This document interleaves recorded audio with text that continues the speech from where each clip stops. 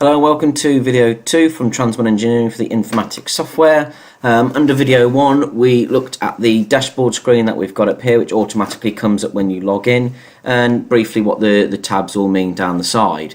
Now we're going to look at this bottom one, which is configuration, and what we're looking at doing is making sure our company is set up in the way we want, and we've got all the kind of subclasses and locations that we need to make sure that our company kind of hierarchy, as it were, matches what we've got on the system. So if we go to database settings as the first one, we can just see our database details, the server, the database name, the company name, and our license, and then you can also, as a quick kind of admin user here, which we'll look at in a second.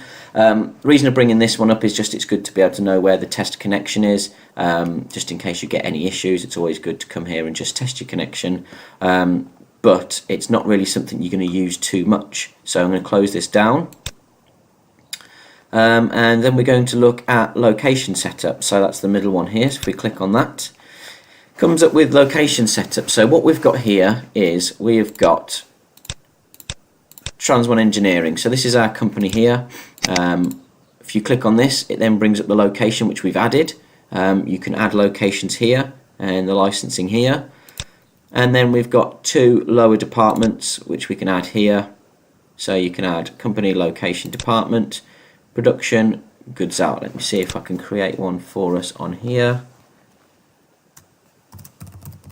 Gate 2.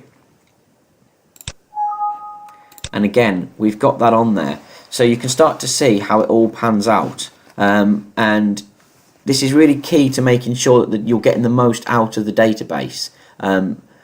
The better you set this up, the better the database will work for you. And you can see on a PowerPoint presentation that we've got here from Keytroller, if you look at their location settings, they've got Keytroller, and then they've got Tampa, shipping and production, Atlanta, receiving and warehouse, and then you've got the Chicago buildings, and you've got Virginia, Washington, Miami, and you can see on here, each company and location will require a verified license from Keytroller because each location is set up as a separate entity on the Keytroller side, but underneath those, multiple departments can be added under the location, and the data is located at a centralized location. So if you are kind of top of the tree, as I call it, who would look after multiple sites, then you'd have very limited access from anyone else. Only you would be able to see all of this and create it. Again, depending on the company setup, it's a very good thing to know that if you only want to limit setup to certain individuals for certain sites, this is exactly where you'd do it.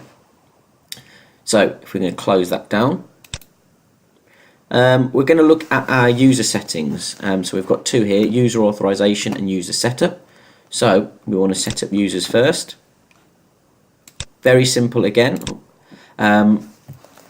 Already fills in the company for us because we've only got one on here, and the location is automatic. We can then choose which department they work in. We've got production, goods out and goods in. So we just fill in first name, last name, username, password. So that's for them to log in to the system. When they log in, the level of access is determined here. So there's three options. There's admin, local admin and supervisor. Admin at the top can control anything under the company level. So that's anything that falls under Transman. So if we again look at here, this company is Keytroller. So if you set that person as admin, here where it's got Keytroller, they would be able to control all of this. So just bear that in mind when looking at those.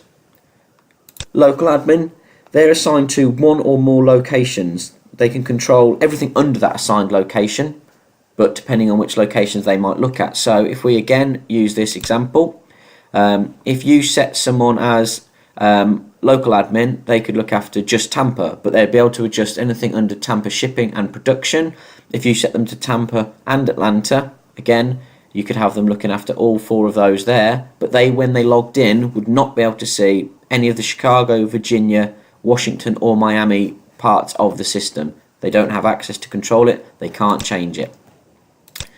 Then if we go to supervisor, as you've probably worked this out by now, they're assigned to one or more departments and can control everything under that department. So again, we'll pop back onto here, and if you assigned them as a supervisor for shipping, they will only be able to adjust anything under that shipping, and that's all they will be able to see on the system when they log in. It's just what you've assigned to the shipping side, and vice versa on production, or your man who's looking after the warehouse in Atlanta won't be able to look and see what's going on with shipping in Tampa. It's done that very separately, so you haven't got multiple people being able to adjust multiple settings across the group. You'll see we've got some here.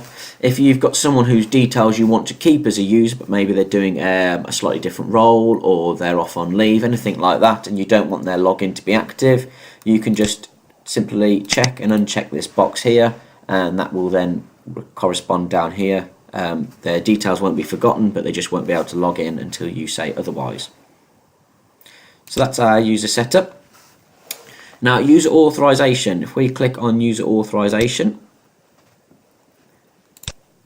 again, we've got our access level here, and this is where you can determine what they can and cannot authorize. So you've got simple tick boxes. So, for example, if we click on Transbond Temp, edit authorization, they're on all of these. If we turn these off, then update authorization, then you'll see that this person has not got access to everything else. It's closed the box off here. Look. So again, you can fiddle with it all there. There's two ways to do it, but this is the best one of doing it because you can see everything down here, and there's the granularity and the structure that you're looking for. So that, in a nutshell, is the setting up in a basic form of your company and your user settings. We'll look at the adding drivers and adding vehicles and that side of it in another video. But for now, that's what I want to leave you with. So look out for video 3.